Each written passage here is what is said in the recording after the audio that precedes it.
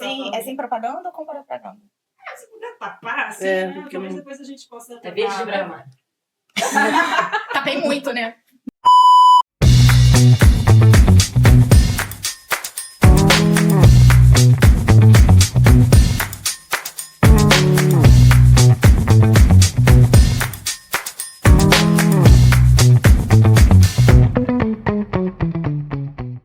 Não, porque a gente estava falando sobre os conteúdos, né, com a Gilbé, que é recente, né, que a gente começou a fazer, e quais foram os nossos medos, assim, acho que muito por conta desse medo de ser autêntica, né, até que a gente tem, mas também a possibilidade que a internet trouxe de ser mais autêntica, acho que a gente ganhou essa possibilidade, mas como mulher, a gente tem outros medos de sermos autênticas, e aí depois eu queria até te fazer uma pergunta sobre isso, porque recentemente você... Adoro! Nossa, esse assunto tá muito vivo pra tá mim. muito vivo, porque recentemente, né, você tem um caso interessante da gente conversar sobre isso, mas também um desafio, né, do nosso setor. Nosso setor é muito quadradão, né, a gente é um BPO de atendimento, de vendas e tal, a gente vende pro mercado muito cartesiano, muito tradicional, nós somos um negócio B2B, então eu aqui na ponta do marketing, eu olho o tempo todo pro cliente, né?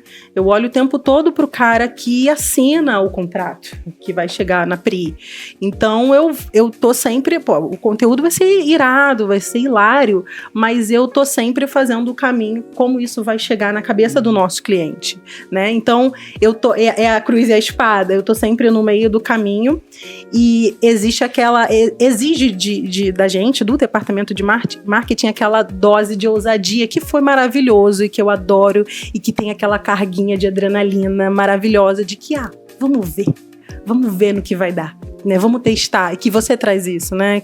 Agora como diretora de marketing, que a escuta proporciona isso. E eu costumo dizer que o jeito escuto, ele foi de dentro para fora mesmo, né? Que quando a gente buscou, ano passado, um conceito, uma tagline, um conceito narrativo e criativo para escuto, foi muito fácil. Eu adoraria falar que foi numa reunião, que eu abri o livro do Kotler e a gente foi lá ver quais eram as técnicas e conceitos mais disruptivos de Amsterdã. Mas não foi olhando pro FQTS nosso de toda quarta-feira. FQTS fala que eu discuto o encontro semanal que a gente tem com todas as escuteiras. E que a gente fala sobre tudo, assim, sem roteiro, né? Muito parecido, inclusive, com uma conversa que a gente tá tendo aqui. E eu pensei, cara, é isso, né? A nossa linha criativa é essa aqui, é essa autenticidade que tem que estar. E como que o nosso cliente vai receber isso? Não sei, talvez esse seja o nosso diferencial competitivo. E isso é uma queda de braço quando a gente olha para o discurso de mercado de automação, de inteligência artificial, de economia de tempo, de economia de mão de obra. E aí você vai falar de humanização, e aí você vai falar de criatividade, e aí você vai falar de gente, e aí você vai falar... É um diferencial competitivo, mas para quem compra essa ideia, né? Então teve que ter muito peito, e tem que ter, a gente tem muito peito de bancar essa autenticidade nossa. Aqui temos muitos e vários, né? Porque são 400 mulheres, então o tanto de peito que tem pra gente bancar essa autenticidade todos os dias em todos os setores. O marketing talvez seja só o front, né? Só a pontinha do iceberg do tanto de autenticidade que tem por baixo, né? Mas essa tua preocupação, por exemplo, de, né, como que o cliente vai receber isso, é uma que hoje eu fico assim, eu não vou atrair o cliente que eu quero, né? Eu não vou atrair, a gente vai atrair aquele careta que quer microgerenciar, que quer respirar no pescoço do atendente de telemarketing, que vai cercear, que não vai dar autonomia para fazer nada. Esse não é o nosso cliente, né? Exato. E é isso que tem acontecido. Assim, o que né, vamos fazer uma agência de viagem para Marte, né? Um mercado que não existe, um mercado que busca autenticidade em atendimento. Então... Mas isso tem acontecido, né? O papel também da escuta, ele educa um pouco o mercado. Muito. E assim, a Laura falou de vários aspectos e eu falei, nossa, ela tá falando de jurídico e depois ela tá falando de operações e ela tá falando de marketing de novo. E ela nem queria aparecer no vídeo, E eu nem queria, né? E aí eu vi a Dan se mexendo do tipo, esse é o meu gancho. E aí eu também senti várias vezes, eu acho que é muito isso.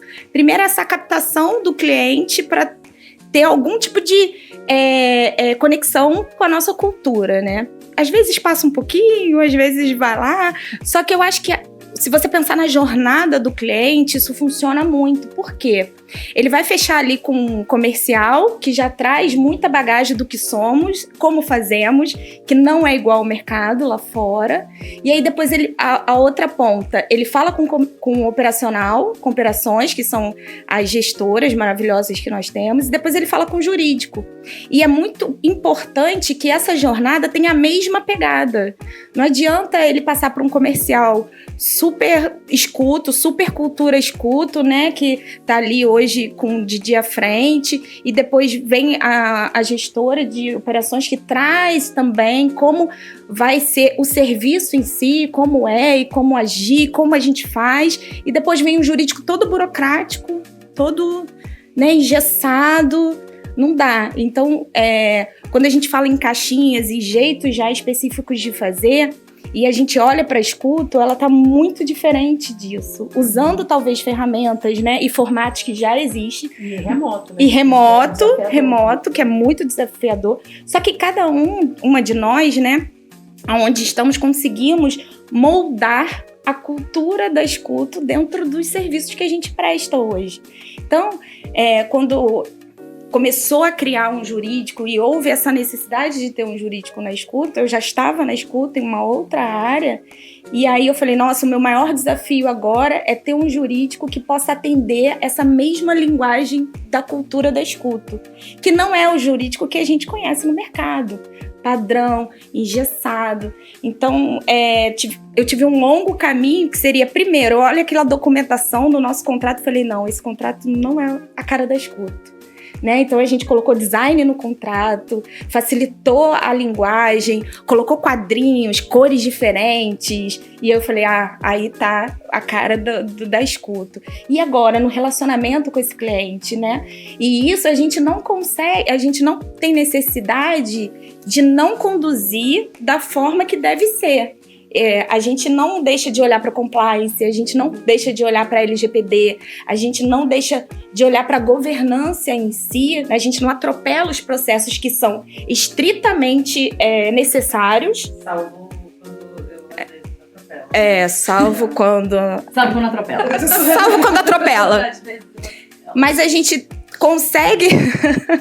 consegue fazer isso de uma maneira muito orgânica e muito do jeitinho da escuta, que foi nascendo e sendo moldado para atender tanto o cliente como as nossas prestadoras, que carinhosamente a gente chama de escuteira.